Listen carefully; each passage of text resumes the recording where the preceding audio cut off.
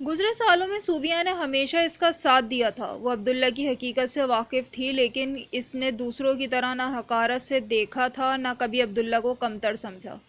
وہ اسے پڑھانے لگی تھی۔ عبداللہ 5 سال کا ہو گیا تھا۔ تمہیں نہیں لگتا عائشہ، ہمیں اس کا کسی اسکول میں داخلہ کرا دینا چاہیے؟ صوبیہ نے عبداللہ کو ٹیبل یاد کرنے کے لیے دے کر بٹھایا۔ مجھے ڈر لگتا ہے صوبیہ، اگر کسی کو حقیقت پتہ چلی تو۔ عائشہ کے لہجے میں خوف تھا۔ عائشہ، تم نے اچھے خاصے پیسے جمع کر لیے ہیں، بنگلے پر کام کرتے بھی عرصہ گزر گیا، اگر تم ان سے بھی مدد مانگو گی تو تمہیں مدد مل جائے گی، تو کیوں نہ ہم پہلے اس ڈاکٹر کو دکھا لیں جس کا پتہ تم سالوں سے سنبھال رہی ہو۔ صوبیہ نے اسے راستہ دکھایا۔ معزز دوستوں کو السلام علیکم۔ اردو ناولز میں آپ سب کو خوش آمدید۔ ناولز پڑھنے والوں کے لیے بہترین کلیکشن پلے لسٹ میں تمام اقساط کے ساتھ موجود ہے۔ ویڈیو کو لائک کریں، شیئر کریں اور چینل کو سبسکرائب کرنا نہ بھولیے گا۔ ہاں ٹھیک ہے۔ عائشہ نے اپنے چھوٹے سے بیگ سے سالوں پرانی پرچی نکالی جس میں مشہور اینڈوکرینولوجسٹ ڈاکٹر لیاقت علی مرزا کا نام لکھا تھا۔ یہ وہ ڈاکٹر ہیں جن سے علاج کروانا ہے۔ عائشہ امید سے اس پرچی کو دیکھ رہی تھی۔ ڈاکٹر لیاقت علی مرزا۔ صوبیہ نے وہ نام دہرایا۔ عائشہ سے پرچی چھین کر اس نے دونوں دفعہ نام پڑھا۔ کیا ہوا صوبیہ؟ تم جانتی ہو کیا انہیں؟ عائشہ نے انہیں حیران پریشان دیکھ کر پوچھا۔ یہ وہی ہیں نا جنہوں نے کئی بچوں کی کامیاب سرجری کر کے انہیں نارمل زندگی دی؟ پاکستان کے مشہور اینڈوکرینولوجسٹ، صوبیہ نے دھیمی پڑتی آواز میں پوچھا۔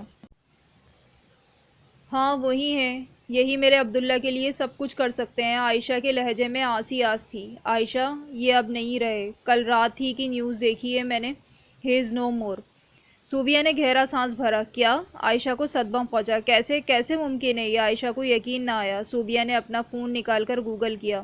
مشہور اینڈوکرینولوجسٹ ڈاکٹر لیاقت مرزا کو کرونا سے شہید ہو گئے۔ آپ نے 146 بچوں کی سرجری کر کے انہیں نارمل زندگی دی۔ آپ کا شمار پاکستان کے بہترین ڈاکٹرز میں ہوتا ہے۔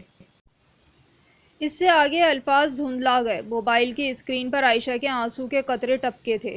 عائشہ سنبھالو خود کو، خدا ایک در بند کرتا ہے تو 10 کھولتا ہے۔ جس فاؤنڈیشن کے ساتھ یہ کام کرتے تھے ہم وہاں جائیں گے، کوئی اور ڈاکٹر ہمارے عبداللہ کا علاج کرے گا، تم پریشان نہ ہو، کل ہی سب معلومات کرتی ہوں۔ صوبیہ نے ایک بار پھر اس کا ساتھ دیا۔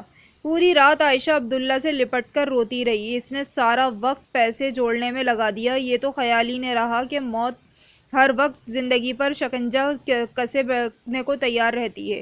رات ایک بار پھر بھاری گزری تھی۔ صبح کا سورج طلوع ہو چکا تھا۔ وہ بہت ہی بھاری دل سے بنگلے پر جانے کے لیے تیار ہوئی۔ معمول کی طرح عبداللہ اس کے ساتھ تھا۔ جو عبداللہ کو دیکھتا اس سے لڑکی سمجھتا۔ آج کا دن اس نے بہت مشکل سے گزارا تھا۔ اس سے بالکل کام نہیں ہو رہا تھا۔ ماما، عبداللہ نے اسے ڈھیلے ہاتھوں سے کام کرتے دیکھ کر آواز دی۔ ہاں میرا بچہ، عائشہ نے محبت سے اسے دیکھا۔ میری اللہ سے دعا ہے ماما، جلدی آپ کی پریشانیاں ختم ہو جائیں، اللہ تعالیٰ آپ کو ایسا ہی ایک بڑا گھر دے۔ میں ٹھیک ہو جاؤں گا نا ماما، اسکول بھی جاؤں گا، بہت محنت کروں گا، پھر آپ کوئی کام نہ کریے گا، ہم دنیا گھومیں گے، بہت مزہ آئے گا۔ عبداللہ اپنی دھن میں مگن اللہ کو پکار کر خواب بنتا رہا تھا۔ عائشہ مسکرانے لگی تھی۔ آس پاس موجود فرشتوں نے آمین پڑھ دی۔ وہ تو خدا کو سب سے پیارا تھا، وہ مانگتا تو کیسے نہ ملتا، اس کی ہر بات، ہر دعا قبولیت کا درجہ رکھتی تھی۔ وہ تھا جس کی دعائیں لوگوں کی زندگی بدل دیتی تھیں، تو اس کی ماں کی زندگی کیوں نہ بدلتی؟ وقت کا پہیہ گھوم رہا تھا آہستہ آہستہ۔ عبداللہ کی ہر دعا قبول ہونے والی تھی۔ نائلہ نے عامر کی ماں کو دن میں تارے دکھا دیے تھے۔ عامر کے آفس جاتے ہی وہ سارا کام ان سے کرواتی۔ نوبت یہاں تک آ پہنچی کہ وہ ان کو مارتی پیٹتی اور کبھی کبھی کھانا بھی نہ دیتی۔ ان کا پسندیدہ ٹی وی وہ بیچ چکی تھی، اب کرنے کو صرف کام بچا تھا۔ ان کا دل ہر وقت عائشہ کو یاد کرتا۔ وہ دل ہی دل میں خدا سے معافی مانگتی رہتی، مگر جب دل کسی انسان کا دکھایا ہو تو معافی خدا نہیں دیتا، معافی تو وہی دیتا ہے۔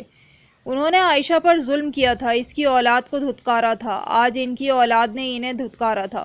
وہ مہینوں اس سے بات نہیں کرتا۔ نائلہ کی ہر بات اس کے لیے سچ تھی اور ماں کی ہر بات جھوٹ۔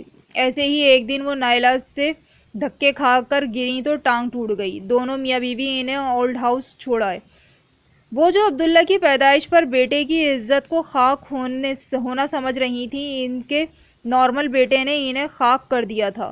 نائلہ کو من مانیاں کرنے کی کھلی چھوٹ مل گئی تھی۔ وہ فطرتاً عیاش لڑکی تھی جس کا پہلا نکاح بھی اس وجہ سے ٹوٹا تھا، اس کے یار نے سارے جہاں میں مشہور تھی، اسی لیے اس کے گھر والوں نے سادگی سے 4 دن میں اس کی شادی عامر سے کر دی تھی۔ عامر کی اماں کی موجودگی میں وہ صرف فون کی حد تک عیاش تھی۔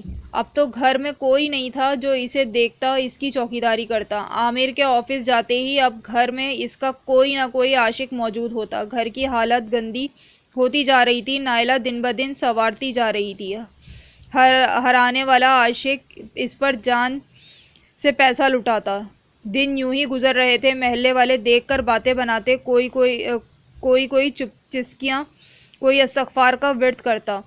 بات یہاں تک رہتی تو شاید عامر کو پتہ نہ چلتا، مگر اب تو محلے کے لڑکے بھی اس کے گھر آنے جانے لگے تھے۔ محلے والوں نے مل کر عامر سے شکایت کی، وہ نہ مانا۔ اس کی آنکھوں پہ نائلہ کی محبت کی پٹی بندھی ہوئی تھی۔ ایک دن وہ کسی کام سے دوپہر کو گھر آ گیا تھا۔ چابی اس کے پاس تھی۔ اس نے دروازہ کھولا اور نائلہ کو سرپرائز دینے کی غرض سے دبے پاؤں بیڈ روم میں چلا گیا۔ اندر کے منظر نے اسے کنگ کر دیا۔ نائلہ پچھلی گلی کے علی کے ساتھ بستر پر نیم دراز تھی۔ وہ دونوں موبائل سے سیلفیز لینے میں مگن تھے۔ نائلہ نے بلیک بیک لیس ڈیپ نیک میکسی پہن رکھی تھی۔ وہ مزے سے علی کی باہوں میں جھول رہی تھی اور پوز دے رہی تھی۔ علی نے اسے کمر سے کس کر پکڑا تھا اور اپنے قریب کیا تھا اور سیلفی کلک کر گیا۔ علی تم بھی نا؟ نائلہ زور سے ہنسی تھی۔ عامر کے قدموں تلے زمین سرک گئی تھی۔ اس نے اپنی اولاد پر تھوکا تھا، اپنی پاک دامن بیوی کو ذلیل کیا تھا۔ آج قسمت نے اس پر تھوکا تھا تو وہ پتہ نہیں کب سے دوسروں کا تھوکا چاٹ رہا تھا۔ قدم قدم پیچھے ہٹتا وہ گھر سے نکل گیا۔ اس میں اتنی ہمت نہیں تھی کہ اندر جا کر علی کا گریبان پکڑتا یا نائلہ سے سوال کرتا۔ وقت نے منہ پر ایسا تھپڑ رسید کیا تھا کہ وہ سیدھا فضا آپا کی دہلیز پر آ کر رکا تھا۔ کہانی ابھی جاری ہے۔ چینل کو سبسکرائب کرنا نہ بھولیے گا، ویڈیو کو شیئر کریں اور لائک کریں۔ دعاؤں میں یاد رکھیے گا۔ اللہ تعالیٰ آپ لوگوں کو زندگی کی ہر خوشی اور نعمت عطا کرے، آمین۔